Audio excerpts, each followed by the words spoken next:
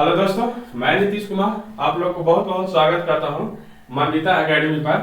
तो पिछले क्लास में हम लोगों ने पूर्वावलोकन का जो सीरीज था इतिहास को देखा था। फिर मैंने बोला था कि इसी का मतलब क्या पॉलिटी का जो पढ़ाएंगे, भूगोल वाला भी लाएंगे और साइंस वाला भी। तो जो भूगोल वाला में कुछ दिक्कत आ रहा है, उसको जो लिखने में हमें दिक्कत आ रहा है, जब लिखते हैं तो उसमें दिक्कत आ रहा है, उसमें कूट ज्यादा आ रहा है, जैसा मैपिंग का इशू हो रहा है। इस में उतना मैपिंग है नहीं, इतिहास में भी नहीं है, इसमें भी नहीं है, साइंस में नहीं है। उसमें जैसा मैपिंग का दिक्कत आ रहा है, मेरे पास कोई है नहीं, खुद ही करना पड़ता है, इस कारण से दिक्कत आ रहा है। भूगोल आएगा, भूगोल भी लाएंगे। तो इसका हम लोग आज शुरू करने जा रहे हैं। इसका पहला क्लास है भारत का संवैधानिक विकास पूर्वावलोकन श्रृंखला। जितना भी क्वेश्चन इससे पूछा जाएगा वो बीपीएससी का मतलब प्रीवियस ईयर क्वेश्चन है, यूपीपीसीएस का, जेपीएससी का और अदर स्टेट एमपीपीसीएस, ये उत्तराखंड पीसीएस, ये सभी का मिक्सअप इसमें रहता है। और मैं कहता हूँ कि यदि आप इसको अच्छे से कर लेते हैं तो मैं 20-30% क्वेश्चन यहाँ से आपको देखने को मिल जाएंगे। डायरेक्ट आपको क्वेश्चन भी मिल जाएंगे, डायरेक्ट आपको ऑप्शन भी मिल जाएंगे, कुछ स्टेटमेंट भी मिल जाएंगे। तो जितना ज्यादा आप क्वेश्चन को प्रैक्टिस करिएगा उतना ज्यादा आपके लिए क्या होगा, फायदेमंद होगा। तो पहला क्वेश्चन है इसी का, मतलब पहला चैप्टर। बोलने में तो त्राल है, मतलब वो नहीं बताए, मुंह फट जाता है, पूरा का पूरा मुंह फटा हुआ है। और जब बोलते हैं तेजी से या कुछ बोलते हैं तो जिभ्या पटकाता है, तो त्राह जाते हैं। तो क्या बोल रहे हैं कि पहला चैप्टर, और इसमें हम लोग सिर्फ क्वेश्चन देखेंगे। और पहला चैप्टर में हमने क्वेश्चन लिया था, दूसरा चैप्टर में कुछ इसका जो नोट्स है उसको भी हमने ऐड किया है। दूसरा चैप्टर से कुछ नोट्स को भी ऐड किया, उसको भी देखेंगे, फिर क्वेश्चन को देखेंगे। तो चलिए हम लोग शुरू करते हैं। पहला क्वेश्चन के साथ क्या करते हैं, शुरू करते हैं। किसी भी चीज को जानते हैं करने से पहले उसके लिए आपको एक मेहनत बहुत जरूरी है। बिना मेहनत के कुछ भी नहीं मिलने वाला है। तो मेहनत बहुत क्या, मेहनत अपने आप में करिए, फिर आपके लिए आप आराम से किसी भी चीज को पा सकते। मेहनत के बिना कुछ भी नहीं कर सकते हैं। तो चलिए श्री गणेश करते हैं, पहला क्वेश्चन को देखते हैं। पहला क्वेश्चन क्या कह रहा है,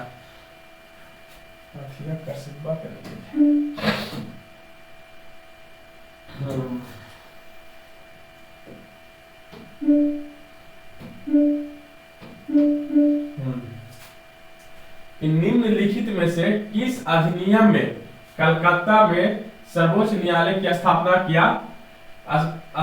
का प्रावधान किया गया था।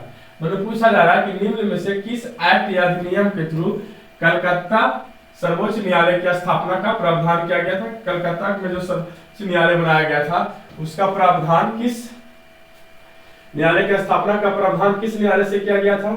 इसका क्या है, रेगुलेटिंग एक्ट 1773, पीठ भारत अधिनियम 1784, चार्टर एक्ट 1813, चार्टर एक्ट 1833। इसका सही उत्तर होगा वह होगा कौन, ए, रेगुलेटिंग एक्ट 1873। 1773 ईस्वी में भारत में जो सर्वोच्च न्यायालय बनाया गया था कलकत्ता में, उसकी स्थापना के प्रावधान के लिए किस एक्ट का प्रयोग किया गया था, तो रेगुलेटिंग एक्ट 1773 ईस्वी के अधिनियम के प्रावधानों को प्रयोग करके कोलकाता में सर्वोच्च न्यायालय बनाया गया था।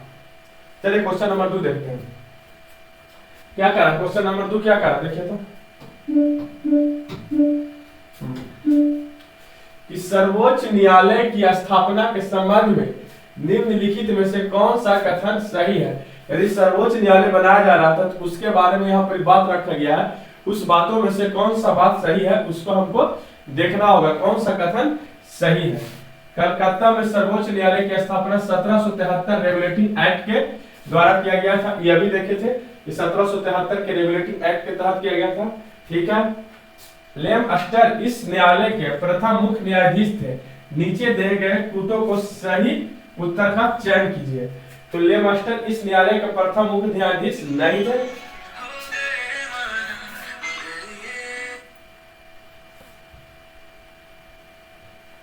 मोबाइल को नथी करना भूल गया था।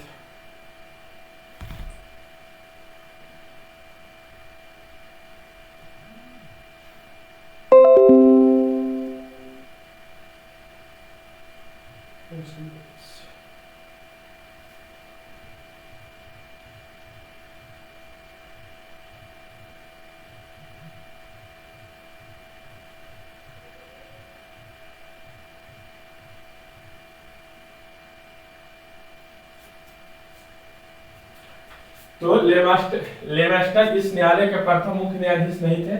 इसका सही उत्तर होगा, यही होगा, केवल वन। कलकत्ता में सर्वोच्च न्यायालय की स्थापना 1773 के रेगुलेटरी एक्ट के द्वारा किया गया था, इसी के तहत। तो क्वेश्चन नंबर 3 को देखेंगे। क्वेश्चन नंबर 3 को हम नहीं लिए हैं, जानते हैं जो कूट वाला होता है ना, मिलान करने वाला, वो क्वेश्चन लिखने में अभी हमको बहुत देरी होता है। शायद उन लोग जो एक्सपर्ट होते हैं वो जल्दी जल्दी कर देते हैं, तो कूट वाला था, इस कारण से हम नहीं लिए, बहुत बहुत लंबा चल जाता है, हमसे लिखाता भी उतना अच्छा से नहीं, इस कारण से हम क्वेश्चन नंबर 3 को नहीं लिए हैं। तो क्वेश्चन नंबर 4 को लिए। निम्नलिखित में से किससे या किन से भारत में अंग्रेजी शिक्षा की नींव पड़ी थी? निम्नलिखित में से किससे या किन से भारत में शिक्षा की नींव पड़ी थी? इसका जो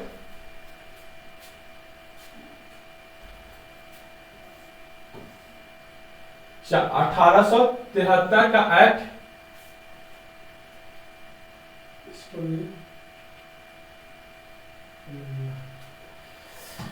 चलिए क्वेश्चन नंबर 5 को देखते हैं।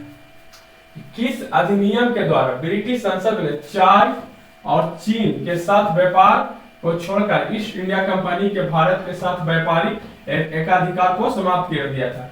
मनु बोल रहा है कि किस अधिनियम के द्वारा ब्रिटिश संसद ने चाय और चीन के साथ व्यापार को छोड़कर ईस्ट इंडिया कंपनी के भारत के साथ व्यापारिक एकाधिकार को समाप्त कर दिया था? व्यापारिक एकाधिकार मतलब एकाधिकार समाप्त कर देना, कहने का मतलब क्या कि मान के चलिए 1813 ईस्वी से पहले ईस्ट इंडिया कंपनी का क्या था, एकाधिकार प्राप्त था कि तुम्हारे अलावा इस देश में कोई भी कंपनी व्यापार नहीं कर सकता। लेकिन 1813 ईस्वी में ब्रिटिश संसद वहां की महारानी ने इस अधिकार को क्या कर दिया, इस एक अधिकार को समाप्त कर दिया, और यह क्या कर दिया, मुक्त व्यापार की नीति यहां शुरू कर दिया। क्या? मुक्त व्यापार की नीति शुरू कर दिया। मुक्त व्यापार की नीति शुरू कर दिया कहने का मतलब समझ रहे हैं कि इसके अलावा ईस्ट इंडिया कंपनी के अलावा ब्रिटिश के देश के और सारी कंपनी भी भारत में व्यापार कर सकते हैं, अपना कंपनी खोल सकते हैं, कोठी खोल सकते हैं। तो मुक्त व्यापार यही हुआ, और एकाधिकार को समाप्त कर देना मतलब 1800 पहले एक ही ईस्ट इंडिया कंपनी के ही पास एकाधिकार था, यही होता है एकाधिकार। तो 1813 का चार्टर एक्ट अधिनियम 33 या 53 या 73 इसका सही उत्तर होगा, बिना इश्यू पढ़ा रहे थे। 1813 का चार्टर एक्ट के अधिनियम के अनुसार इसको क्या किया गया था, एकाधिकार को खत्म किया गया था। ब्रिटिश ईस्ट इंडिया कंपनी के एकाधिकार को 1813 के चार्टर एक्ट के अनुसार खत्म किया गया था। चलिए क्वेश्चन नंबर 6 को देखते हैं।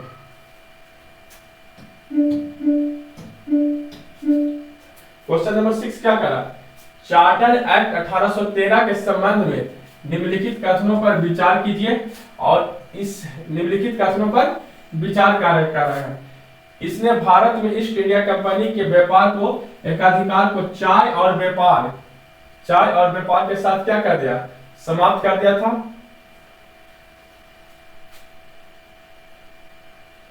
हाँ, ये दूसरा नंबर लिखा गया, गलत लिखा गया।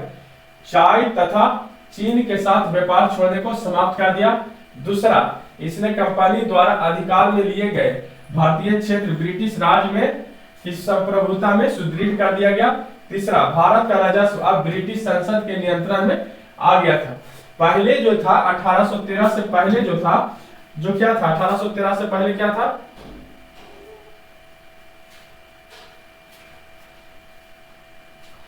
क्या था कि 1813 से पहले था कि ईस्ट इंडिया कंपनी जितना भी राज जो क्षेत्र जीता जाता था तो वह ईस्ट इंडिया कंपनी के अनुसार चला जाता था। लगान तगान जो भी दिया जाता था वह ईस्ट इंडिया कंपनी के तहत होता था। लेकिन जब इसका एकाधिकार को समाप्त कर दिया गया तो क्या किया गया, इसका एकाधिकार को समाप्त कर दिया गया।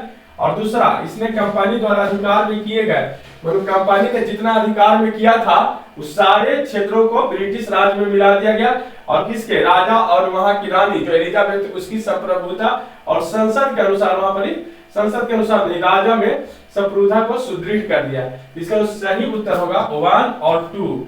इसका सही उत्तर क्या होगा 1 और 2। वहां के संसद मतलब भारत का राजस्व ब्रिटिश संसद के नियंत्रण में आ गया था, नहीं, वह राजा के क्राउन मतलब प्रिंस के संरक्षण में आ गया था। जो ईस्ट इंडिया कंपनी का एकाधिकार समाप्त किया गया था वह अब प्रिंस के नियंत्रण में आ गया था, वहां के क्राउन प्रिंस के नियंत्रण में आ गया था। चलिए क्वेश्चन नंबर 7 को देखते हैं।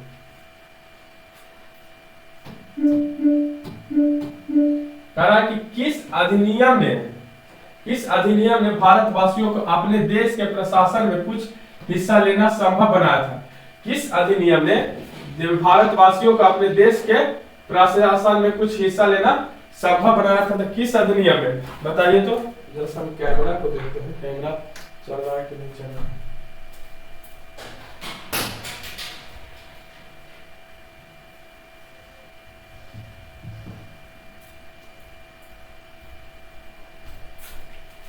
घर पर यही होता है, जानते हैं, घर पर बहुत इधर उधर होगा, रात में डिस्टर्ब नहीं होता, में डिस्टर्ब होता है। तो चार्टर एक्ट 1833, चार्टर एक्ट 53 या गवर्नमेंट ऑफ इंडिया एक्ट 1858 या इंडियन काउंसिल एक्ट 1861। तो ये जो कुछ हिस्सा जो मतलब कुछ प्रशासन में कुछ हिस्सा लेना जो संभव बनाया था वह चार्टर एक्ट 1833 के अनुसार किया गया था। 1813 के अनुसार जो कंपनी का ईस्ट इंडिया कंपनी का एकाधिकार को तो समाप्त किया गया था, चलिए ठीक है, लेकिन जब भारत से विदेश में सामान बेचने जाते थे तो वहां पर क्या करने लगा, वहां पर टैक्स लेने लगा भारतवासियों से। मतलब ब्रिटिश में सामान बेचने गया तो वहां पर टैक्स लेने लगा, और वहां से जब भारत में आता था कंपनी बेचने तो 0% टैक्स था उसका, क्या था, टैक्स नहीं ले रहा था, मुक्त व्यापार की नीति अपनाया था, जिसके कारण क्या विदेशी से यानी ईस्ट इंडिया कंपनी के अलावा और भी कंपनी आने लगा तो उससे क्या 0% टैक्स लिए जाने लगा। लेकिन भारत से विदेश में कंपनी जो कोई भी माल बेचने जाता था तो उस पर क्या करने लगा, टैक्स लेने लगा, जिससे क्या होगा, भारत का शिल्प उद्योग, हस्तशिल्प उद्योग क्या हो गया, धीरे धीरे नष्ट हो गया, और मजदूर जो थे धीरे धीरे कृषि की ओर अग्रसर हो गया, और अपना जीवन यापन करने के लिए कृषि की ओर क्या हो गए, मुड़ गए। चलिए इसमें 7 ही क्वेश्चन होना चाहिए, 7 ही क्वेश्चन होगा, हाँ 7 ही क्वेश्चन। चलिए दूसरा जो है ब्रिटिश ताज के शासनाधीन पारित अधिनियम, बोला ब्रिटिश ताज के शासनाधीन पारित अधिनियम, इससे कुछ पॉइंट है, यही इसका चैप्टर है कि ब्रिटिश ताज के शासनाधीन अधिनियम के जो उसमें है उसके अनुसार हम पढ़ा रहे हैं, जो राज्य व्यवस्था का जो पूर्वावलोकन उसके अनुसार कह रहा ब्रिटिश संसद के भारत शासन अधिनियम 1858 के द्वारा भारत का शासन ब्रिटिश ताज के अधीन कर दिया गया था।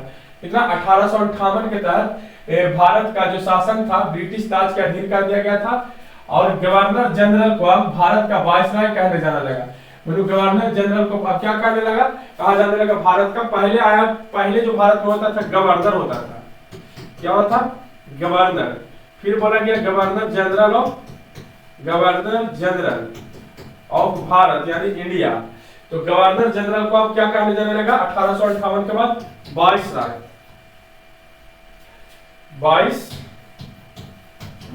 बोला गया। पहले गवर्नर, फिर गवर्नर जनरल, फिर वायसराय बोला गया। कब, 1857 की विद्रोह के बाद गवर्नर जनरल को पोस्ट पर हटा दिया गया, फिर वायसराय का पोस्ट कहा गया, जो ब्रिटिश ताज का प्रत्यक्ष प्रतिनिधित्व बन गया था। 1858 के पहले जो 1813 में जो एक्ट लाया गया था, उस एक्ट के तहत ईस्ट इंडिया कंपनी के एकाधिकार को समाप्त कर दिया गया था। फिर यहाँ पर सभी देशों को व्यापार करने का अधिकार दिया, सभी ब्रिटिश ईस्ट इंडिया कंपनी के अलावा और सभी कंपनियों को व्यापार करने का अधिकार प्राप्त दिया गया था 0 टैक्स पर। तो ही बोला कि गवर्नर जनरल को हटाकर वायसराय कहा जाने लगा, और जो वहां का जो मतलब यहाँ जो कंपनी हटा तो सारा चीज प्रिंस क्राउन के तहत चला गया था, ताज के अनुसार चला गया, तो वहां के राजा के अनुसार चला गया। लॉर्ड कैनिंग भारत का प्रथम वायसराय बना। कौन, लॉर्ड कैनिंग जो था भारत का प्रथम वायसराय बना। इस अधिनियम द्वारा भारत के राज सचिव पद का सृजन किया गया। इस अधिनियम के द्वारा भारत का राज सचिव पद का सृजन किया गया, जिसमें भारतीय प्रशासन का संपूर्ण नियंत्रण की शक्ति निहित थी, जिसमें भारतीय प्रशासन की संपूर्ण शक्ति निहित थी। यदि पूछा जाएगा कि भारत का प्रथम वायसराय कौन था, तो लॉर्ड कैनिंग। इसका एक हम वीडियो बना देंगे, भारत का पूरा वायसराय का कालक्रम, भारत के गवर्नर जनरल का कालक्रम और भारत के गवर्नर का कालक्रम, पूरा एक वीडियो, और उसकी महत्वपूर्ण बातों को हम क्या करेंगे, लिख लिया करेंगे कि किसके किसके शासन काल में, और बता देंगे कि किसको किसको पढ़ना है, जो महत्वपूर्ण होगा उसी के बारे में हम लोग को पढ़ना होगा। उसकी सहायता के लिए 15 सदस्यीय परिषद का गठन का प्रावधान किया गया। भारत परिषद अधिनियम 1861 द्वारा कानून बनाने की प्रक्रिया में भारत के प्रतिनिधियों को शामिल करने की शुरुआत हुई। इस अधिनियम द्वारा मद्रास और बंबई की प्रेसिडेंसियों को पुनः विधायी शक्तियां देकर विकेंद्रीकरण की प्रक्रिया की शुरुआत की गई। इसमें वायसराय को आपातकाल में अध्यादेश जारी करने के लिए अधिकृत किया गया, जो अधिकतम 6 माह की अवधि तक प्रभावी हो सकता था। भारत परिषद अधिनियम 1892 के मध्य से केंद्रीय और प्रांतीय विधान परिषदों में अतिरिक्त और गैर सरकारी संसदों की संख्या बढ़ा दी गई और केंद्रीय विधानसभा परिषद में भारतीय संसदों की वार्षिक बजट पर बहस करने तथा सरकार को 6 दिन के पूर्व नोटिस पर प्रश्न पूछने का अधिकार भी दिया गया। मतलब इससे जब वायसराय बना तो इसमें भारत की जितनी भी सारी शक्तियां थी, अधिनियम द्वारा राज्य सचिव का पद का सृजन किया गया। जब वायसराय ये 1857 ईस्वी का जो विद्रोह हुआ ना, उस विद्रोह को दबा दिया गया, और उस विद्रोह को दबाने में कल भी हमने बताया था कि पूंजीपति, साहूकारों, सिंधिया, होलकर और शिक्षित वर्गों को लोगों ने क्या किया था, मदद किया था। तो वही कैनिंग बोलता है कि यदि ये लोग हमारे काम नहीं आते तो हम लोग किसी तरह बाढ़ की जैसे बह जाते हैं, हम लोग को पता भी नहीं होता कि हम भारत में राज भी कर रहे हैं। लेकिन इन्हीं सब के वजह से हम लोग बचे और इन्हीं लोगों की हमारे बांध की तरह काम किया। तो उसी के बाद भारत में गवर्नर जनरल को पोस्ट को हटाकर वायसराय का पोस्ट लाया गया। फिर वायसराय के पोस्ट के बाद भारत राज्य के सचिव पद का सृजन किया गया, जिसमें भारत का संपूर्ण शक्ति का नियंत्रण का शक्ति क्या था, निहित था। और उसकी सहायता के लिए, उस सचिव पोस्ट की सहायता के लिए 15 सदस्यीय टीम का गठन किया गया और भारत परिषद अधिनियम 1861 के द्वारा कानून बनाने की प्रक्रिया में भारत प्रतिनिधियों को शामिल करने की शुरुआत की गई। यदि पूछा जाएगा कि किस अधिनियम के तहत भारत के प्रतिनिधियों को शामिल किया गया था, तो भारत परिषद अधिनियम 1861 के अनुसार जो कानून बनाया गया, तो उसमें भारत के प्रतिनिधियों को शामिल किया गया था। इस अधिनियम द्वारा मद्रास और बंबई की प्रेसिडेंसी को पुनः विधायी शक्तियां देकर विकेंद्रीकरण की प्रक्रिया शुरुआत की गई। और इसमें जो वायसराय को आपातकाल में अध्यादेश जारी करने के लिए अधिकृत किया गया, जो 6 माह तक प्रभावी हो सकता था। वायसराय आपातकाल में कर सकता था, आपातकाल लगा सकता था जो 6 माह तक हो सकता था। और 1892 के माध्यम से केंद्रीय और प्रांतीय विधान परिषद के अतिरिक्त गैर सरकारी सदस्यों की संख्या बढ़ा दी गई। चलिए फिर हम लोग आगे देखते हैं।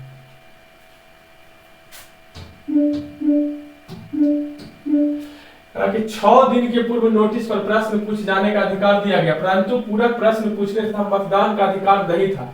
परंतु पूरक प्रश्न पूछने का और मतदान देने का अधिकार नहीं था। भारतीयों को जो सही रूप से प्रश्न पूछने का भी अधिकार नहीं था और मतदान देने का भी अधिकार नहीं था। सिर्फ वहां पर उनको शामिल किया गया था देखने के लिए, सलाह देखने के लिए, मेला हो रहा है शामिल किया गया था, और देखने के लिए इसको शामिल किया गया था। भारतीय लोगों पर मत देने का अधिकार नहीं था।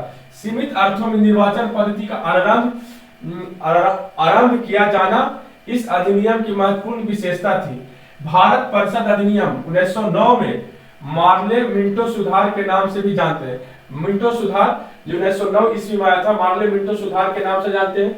इस अधिनियम के द्वारा भारतीयों को विधि, निर्माण तथा प्रशासन दोनों में प्रतिनिधित्व प्रदान किया गया। मार्ले मिंटो सुधार के द्वारा इसी अधिनियम को भारतीय को विधि तथा निर्माण और प्रशासन दोनों में प्रदान किया गया। इसके तहत वायसराय की कार्यकारी परिषद में भारतीयों को पहली बार शामिल किया गया। प्रथम सत्येंद्र प्रसाद सिन्हा को किया गया था। प्रथम आदमी जो शामिल किया गया था वायसराय के कार्यकारी परिषद में।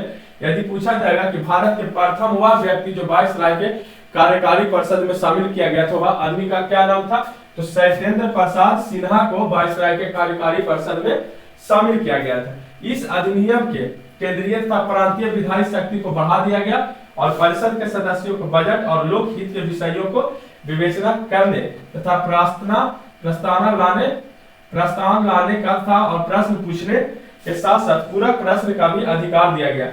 इस प्रस्तावना है, जहाँ प्रस्तावना होगा, प्रस्तावना नहीं, प्रस्तावना लाने का तथा प्रश्न पूछने के साथ साथ पूरक प्रश्न पूछने का भी अधिकार दिया गया। इसमें प्रश्न पूछने और पहले प्रश्न लाना था और फिर प्रश्न लाकर उसको पूछने का अधिकार भी दिया गया। इसमें पृथक निर्वाचन के आधार पर मुस्लिमों के लिए सांप्रदायिक प्रतिनिधित्व का प्रावधान किया गया तथा भारत शासन अधिनियम 1919 में मॉन्टेग्यू चेम्सफोर्ड सुधार के नाम से जाना जाता है। भारत शासन अधिनियम को चेम्सफोर्ड सुधार के नाम से जाना जाता है। इस अधिनियम के द्वारा पहली बार प्रत्यक्ष रूप से चेम्सफोर्ड नियम के अनुसार पहली बार ये प्रत्यक्ष रूप से क्या हुआ, चुनाव प्रणाली अपनाई गई। मॉन्टेग्यू चेम्सफोर्ड के नियम से पहला बार क्या करा गया, चुनाव प्रणाली को अपनाया गया और सांप्रदायिक आधार पर निर्वाचन प्रणाली का विस्तार करते हुए इसे सिखों, भारतीय ईसाई, आंग्ल भारतीय तथा यूरोपियों के लिए भी लागू कर दिया गया। पहली बार प्रत्यक्ष रूप से चुनाव के लिए इस नियम को लागू कर दिया गया। इस अधिनियम द्वारा पहली बार केंद्र में द्विसदनीय व्यवस्था स्थापित की गई। मतलब जब चुनाव हुआ तो इसमें द्विसदनीय व्यवस्था का स्थापना किया गया, मतलब स्थापित किया गया। इस अधिनियम के द्वारा सभी विषयों को केंद्र तथा प्रांतों में बांट दिया गया। जब चुनाव हुआ, जैसे अभी चुनाव होता है तो केंद्र और प्रांतों में बांट दिया जाता है। जैसे विधानसभा होता है राज्य के लिए, लोकसभा होता है देश के लिए, लोकसभा एक होता है, विधानसभा एक होता है। हर राज्य में विधानसभा होता है, हर राज्य में विधान परिषद होता है। तो विधान परिषद जो होता है 28 राज्यों में नहीं है, कुछ ही राज्यों में जहाँ पर विधान परिषद की व्यवस्था है, न कि सभी राज्यों में विधान परिषद की व्यवस्था है। द्विसदनीय केंद्रीय विधानमंडल समस्त ब्रिटिश भारत के लिए कानून बना दिया है, समस्त ब्रिटिश भारत के लिए कानून बना सकती थी। इस अधिनियम के तहत प्रांतों में द्वैध शासन प्रणाली लागू किया गया और प्रांतीय विषयों को दो भागों में आरक्षित और हस्तांतरित विषयों में बांटा गया। इस अधिनियम में पहली बार उत्तरदायी शासन शब्दों का प्रयोग किया गया। तो पहली बार उत्तरदायी शासन शब्दों का प्रयोग किया गया और इसके अंतर्गत एक आयोग का गठन किया गया, जिसका कार्य 10 वर्ष बाद इस अधिनियम की समीक्षा करने के बाद अपनी रिपोर्ट प्रस्तुत करना था। और इस अंतर्गत एक आयोग बनाया गया जिसका कार्य था कि 10 वर्ष बाद इस अधिनियम की समीक्षा करें, मतलब जांच करें और बाद में अपनी रिपोर्ट को क्या करें, प्रस्तुत करें, मतलब उसके सामने रखें। भारत शासन अधिनियम 1935 के द्वारा सर्वप्रथम भारत में संघात्मक सरकार की स्थापना की गई। 1935 में पहली बार सर्वप्रथम भारत में संघात्मक सरकार की स्थापना की गई और इस अधिनियम के द्वारा प्रांतों में द्वैध शासन को समाप्त करके केंद्र में द्वैध शासन प्रणाली को लागू किया गया। 1935 के अनुसार संघात्मक सरकार की स्थापना की गई और इसी अधिनियम के तहत जो प्रांतों में द्वैध शासन था उसको समाप्त किया गया और केंद्र में द्वैध शासन प्रणाली को अपनाया गया। भारत में मुद्रा एवं साख के नियंत्रण के लिए भारतीय रिजर्व बैंक की स्थापना की गई। भारतीय रिजर्व बैंक के भी इसी अधिनियम 1945 के अधिनियम के तहत भारतीय रिजर्व बैंक की मुद्रा एवं साख पर नियंत्रण के लिए भारतीय रिजर्व बैंक की क्या किया गया, स्थापना किया गया। सांप्रदायिक निर्वाचन प्रणाली का विस्तार करते हुए दलित जातियों के लिए, मतलब सांप्रदायिक निर्वाचन का प्रणाली का विस्तार करते हुए दलित जातियों को, महिलाओं और श्रमिकों के लिए इसमें सम्मिलित किया गया। और इसी अधिनियम के तहत वर्ष 1937 ईस्वी में संघीय न्यायालय की स्थापना की गई। कब? 1937 ईस्वी में संघीय न्यायालय की स्थापना किया गया। कब? इसी अधिनियम के तहत वर्ष 1937 ईस्वी में संघीय न्यायालय की स्थापना किया गया। किस न्यायालय के तहत, किस अधिनियम के तहत?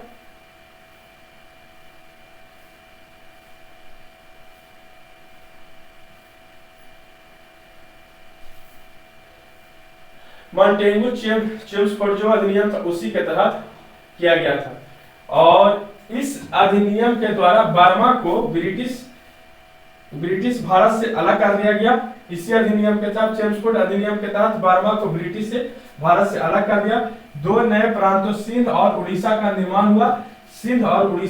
हुआ और इसके तहत कुछ प्रांतों में द्विसदनात्मक व्यवस्था की गई।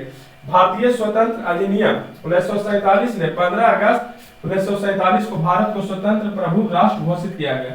भारत को कब? 1947 15 अगस्त 1947 को स्वतंत्र घोषित कर दिया गया।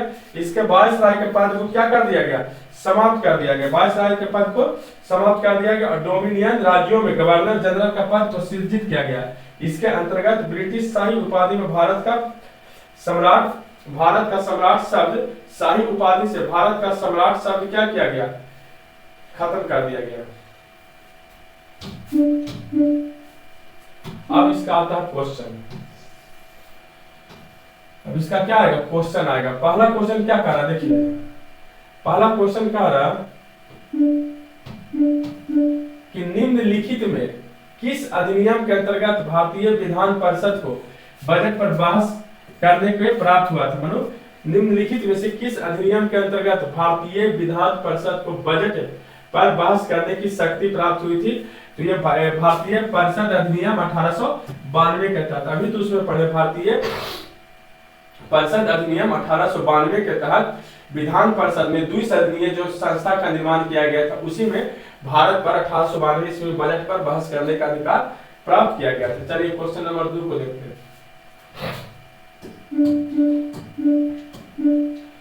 ब्रिटिश भारत में सांप्रदायिकता प्रतिनिधित्व की व्यवस्था निम्नलिखित में से किस अधिनियम के द्वारा किया गया था। मनुक बोल रहा है कि ब्रिटिश सांप्रदायिकता प्रतिनिधित्व की व्यवस्था निम्नलिखित में से किस अधिनियम के तहत किया गया था। तो ये जो किया गया था मार्ले मिंटो सुधार 1909 ईस्वी के अनुसार किया गया था। सांप्रदायिक प्रतिनिधित्व की व्यवस्था की शुरुआत किया गया था किसके, मार्ले मिंटो सुधार 1909 के अनुसार किया गया था। चलिए क्वेश्चन नंबर 3 को देखते हैं। क्वेश्चन नंबर 3 को चिकारा बाबू, चलिए क्वेश्चन नंबर 3 कह रहा कि निम्नलिखित में से किस एक अधिनियम द्वारा भारत में संघीय न्यायालय की स्थापना की गई थी। भारत में जो संघीय न्यायालय की स्थापना की गई थी वह 1773 या कुछ और में किया गया था, लेकिन यहाँ पर क्या है, भारतीय अधिनियम 1800 नहीं, इसमें से इसका सही उत्तर होगा उपयुक्त में से कोई नहीं, बी इसका सही उत्तर होगा। चलिए क्वेश्चन नंबर 4 को देखते हैं। क्वेश्चन नंबर 4 क्या कह रहा हूं कि भारत का संघीय न्यायालय निम्नलिखित में से किस वर्ष में स्थापित किया गया था। तो भारत का जो संघीय न्यायालय, वहां पर देखिए यहाँ पर क्वेश्चन था क्या कि निम्नलिखित में से किस अधिनियम द्वारा भारत में संघीय न्यायालय की स्थापना किया गया था।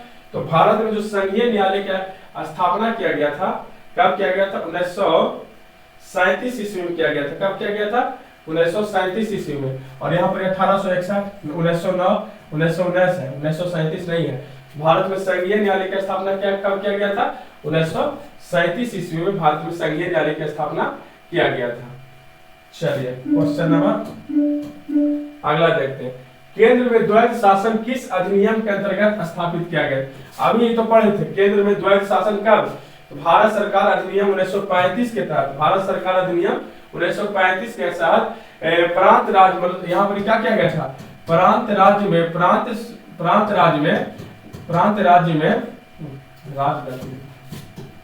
प्रांतों राज्यों में द्वैध शासन को क्या किया गया, समाप्त करके केंद्र में शुरू किया गया। तो क्या हुआ कि प्रांतों में द्वैध शासन को समाप्त कर दिया गया और केंद्र में शासन को शुरुआत किया गया, क्या, भारत सरकार अधिनियम 1935 के थ्रू। चलिए क्वेश्चन नंबर 6 को देखते हैं। क्वेश्चन नंबर 6 क्या कह रहा है, चलिए कह रहा है कि निम्नलिखित में से किस अधिनियम ने केंद्र में द्वैध शासन प्रणाली को स्थापित किया था। केंद्र में तो 1935 ईस्वी के अधिनियम के थ्रू, अभी उधर जो देखे थे वही क्वेश्चन है, यहाँ पर इसके घुमाया है कि निम्नलिखित में से किस अधिनियम में केंद्र में द्वैध शासन प्रणाली को स्थापित किया है। तो ये 1935 के अधिनियम में किया है। क्वेश्चन नंबर 6 का ऑप्शन नंबर 1 होगा सही उत्तर। चलिए क्वेश्चन नंबर 7 कह रहा है कि 1919 के भारत शासन अधिनियम के निम्नलिखित में से कौन सी प्रमुख विशेषताएं या विशेषता है। प्रांतों की कार्यकारिणी सरकार में द्वैध शासन की व्यवस्था, प्रांतों की कार्यकारिणी में शासन की द्वैध शासन की व्यवस्था, मुसलमानों के लिए पृथक सांप्रदायिक निर्वाचक मंडलों की व्यवस्था, या केंद्र द्वारा प्रांतों की विधायनी शक्ति का हस्तांतरण। तो ये 3 को है अब 3 को मैं बोल रहा कि कौन कौन सही है। क्या कह रहा कि प्रांतों की कार्यकारिणी सरकार में द्वैध शासन की व्यवस्था, ये तो नहीं लग रहा। बोल रहा मुसलमानों के लिए पृथक सांप्रदायिक निर्वाचन मंडल की व्यवस्था, ये तो सही है। केंद्र द्वारा प्रांतों की विधायी शक्ति का हस्तांतरण, ये भी सही है। इसका जो सही पुट होगा केवल 1, केवल 1 और 2, केवल 2 और 3, इसका सही पुट होगा केवल 1 और 3। ये मुसलमान वाला जो होगा क्या होगा, गलत होगा। मुसलमान वाला नहीं, प्रांतों की कार्यकारिणी सरकार में द्वैध शासन व्यवस्था, ये सही है। और केंद्रों द्वारा प्रांतों की विधायी शक्ति का हस्तांतरण उन्हें दूसरे के हाथों में कर देना, हस्तांतरण कर दिया गया। इसका सही उत्तर क्या होगा, केवल 1 और 2, ये पुट था। चलिए क्वेश्चन नंबर 1 को देखते हैं। कहा कि निम्नलिखित में से किसने ब्रिटिश भारत में प्रांतीय स्वायत्तता की शुरुआत की थी। प्रांतीय स्वायत्तता की शुरुआत की थी, तो किसने इसकी शुरुआत की थी, तो भारत सरकार अधिनियम 1919 में, भारत सरकार अधिनियम 1919 में क्या किया था, भारत में प्रांतीय स्वायत्तता का शुरुआत किया था। कब, 1919 में। क्वेश्चन नंबर 9 को देखते हैं। क्वेश्चन नंबर 9 क्या कह रहा बाबू, कि भारतीय विधान पालिका प्रथम बार द्विसदनीय बनाई गई।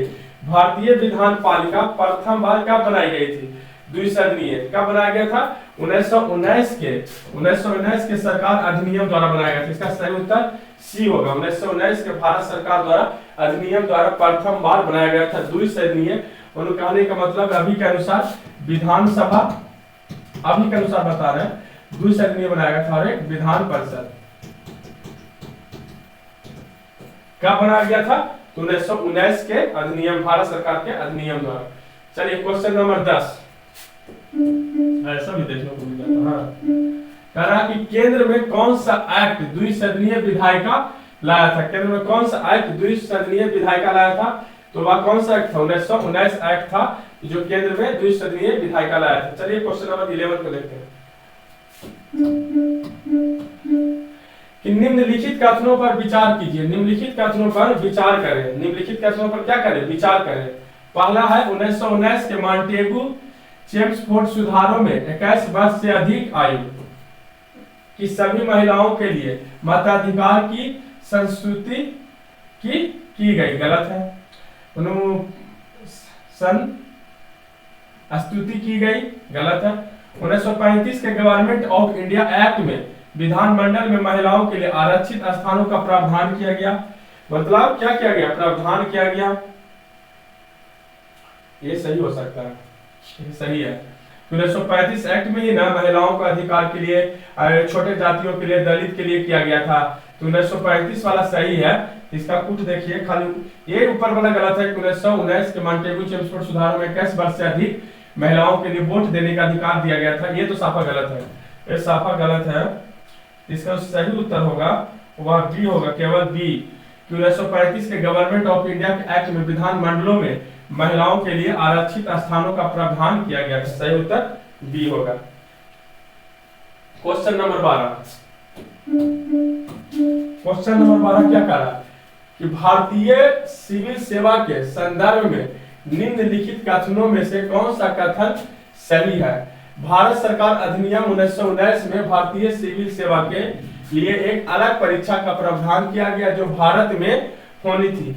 जो आईसीएस, एक आईसीएस अंग्रेज परीक्षा लेते थे, उसका जो परीक्षा भी होना होता था वह कहाँ होता था, इंग्लैंड में होता था। इसका उम्र सीमा शायद 18 से या 16 से 21 वर्ष या 22 वर्ष तक की था। लेकिन तो इसमें होते भी थे तो काट देते थे, तो इसमें बहुत कम ही भारत के लोग सफल हो पाते थे। तो उसी के बारे में पूछा जा रहा है। इसका कुछ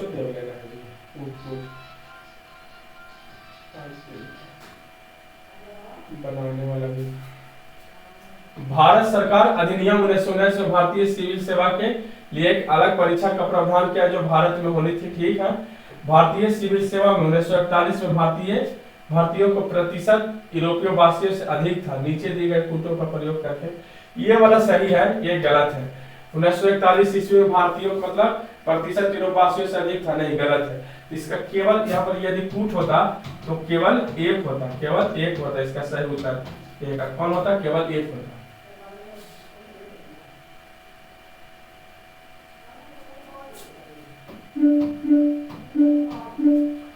केंद्र विधानसभा के का या के निम्नांकित में से कौन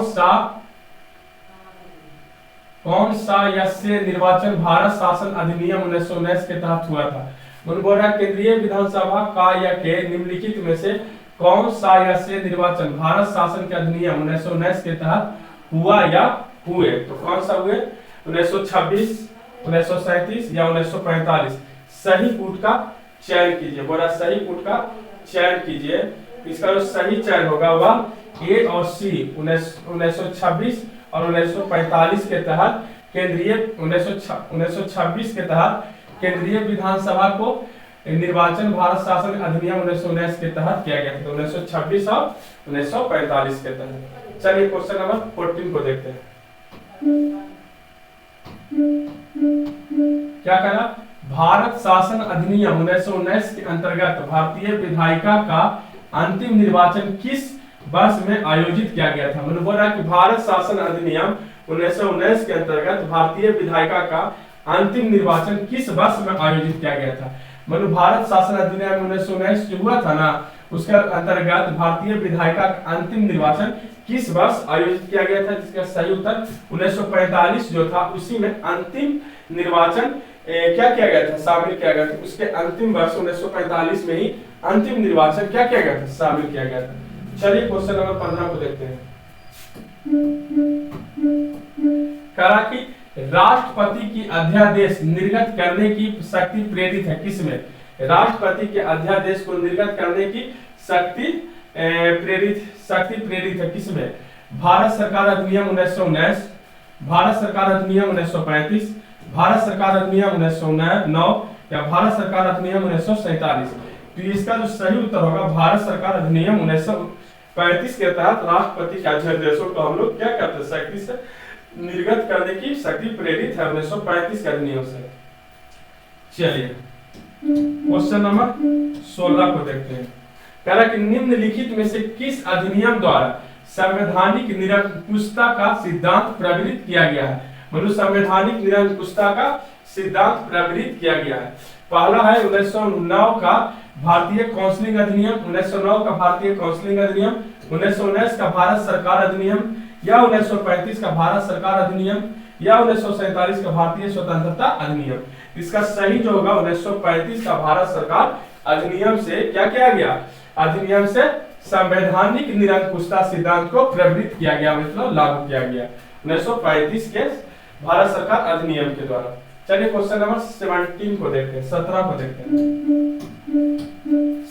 क्या कह रहा है, भारत के संविधान में केंद्र और राज्यों के बीच किया गया शक्तियों का विभाजन इनमें से किसमें उल्लेखित योजना पर आधारित है। पहला जो होगा क्या है, मार्ले मिंटो सुधार 1909, मॉन्टेग्यू चेम्सफोर्ड अधिनियम 1919 और भारत सरकार अधिनियम 1935 और स्वतंत्रता भारतीय अधिनियम 1947। इसका जो होगा भारत सरकार अधिनियम 1935। यदि आपको पढ़ना होगा तो सबसे ज्यादा भारत सरकार अधिनियम 1935 पढ़ सकते हैं और 1919 पढ़ सकते हैं। यही दो से ज्यादा पूछा जाएगा, 1935 ज्यादा पूछा जाएगा, ज्यादा चर्चा 1935 को होगा। क्वेश्चन नंबर 18 को देखते हैं। निम्न में से एक भारत सरकार अधिनियम 1935, देखिए फिर यहाँ 1935 आ गया कि मुख्य विशेषताओं में से नहीं थी। क्या थी, नहीं थी। पहला है इस अधिनियम में अखिल भारतीय महासंघ दूसरा का प्रावधान किया गया था, दूसरा अवशिष्ट विषय प्रांतीय विधायकों का आवंटित किए गए थे, अवशिष्ट विषय प्रांतीय का आवंटित किया गया था। यह प्रांतीय स्वतंत्रता के सूत्रपात का संकेत था, गलत है, ये भी गलत है। इसने प्रांतीय स्तर पर द्वैध शासन प्रणाली को समाप्त करके केंद्र में किया गया था, नहीं ये भी गलत। इसका सही उत्तर बी होगा, अवशिष्ट विषय प्रांतीय विधायकों को आवंटित किए गए थे। चलिए क्वेश्चन नंबर 19 को देखते हैं। कहना कि एक संघीय व्यवस्था और केंद्र में द्वैध शासन भारत में लागू किया गया था कब, 1935 के अधिनियम के द्वारा। 1935 के द्वारा एक संघीय व्यवस्था केंद्र में द्वैध शासन प्रांत में लागू किया गया था। केंद्र में द्वैध शासन और प्रांत में खत्म किया गया था, प्रांत में खत्म किया गया था क्या, द्वैध शासन। और केंद्र में लागू किया गया था। केंद्र में क्या किया गया था? लागू किया गया था। तो 1935 के अधिनियम के अनुसार। चलिए क्वेश्चन नंबर 20 को देखते हैं। क्वेश्चन नंबर 20 क्या करा? अखिल भारतीय महासंघ स्थापित करने का प्रावधान शामिल किया गया था। अखिल भारतीय महासंघ स्थापित करने का प्रावधान शामिल किया गया था कब? भारत सरकार अधिनियम 1935 या अगस्त प्रस्तावना 1940, भारत सरकार अधिनियम 1919 या कैबिनेट मिशन प्रस्ताव 1946। तो इसका जो महासंघ स्थापित करने का प्रावधान जो किया गया था, अखिल भारतीय महासंघ स्थापित करने का जो प्रावधान किया गया था, उसका सही उत्तर होगा भारत सरकार अधिनियम 1935 के अनुसार किया गया था। चलिए क्वेश्चन नंबर 21 को देखेंगे। क्या कह रहा है 21 कह रहा है कि निम्नलिखित में से किससे एक अधिनियम में भारत संघीय शासन की व्यवस्था किया गया था? किससे किया गया था? तो कह रहा भारत सरकार अधिनियम 1919, भारत सरकार अधिनियम 1909, भारत सरकार अधिनियम 1935, भारत स्वाधीनता अधिनियम 1947। इसका भी उत्तर होगा भारत सरकार अधिनियम 1935। तो मैं कहना चाहता हूं कि सबसे ज्यादा यदि बात किया जा रहा है इतना में, तो भारत सरकार अधिनियम 1935 और एक भारत सरकार अधिनियम 1919। इससे भी ज्यादा इंपॉर्टेंट क्या? सी भारत सरकार अधिनियम 1935 सबसे ज्यादा इंपॉर्टेंट और सबसे ज्यादा पढ़ने को मिला। तो इसको जो होगा इसको आप देख लीजिएगा, क्वेश्चन ज्यादा पूछा जाएगा, इसी से पूछा जाएगा। क्वेश्चन नंबर देखिए फिर आ गया,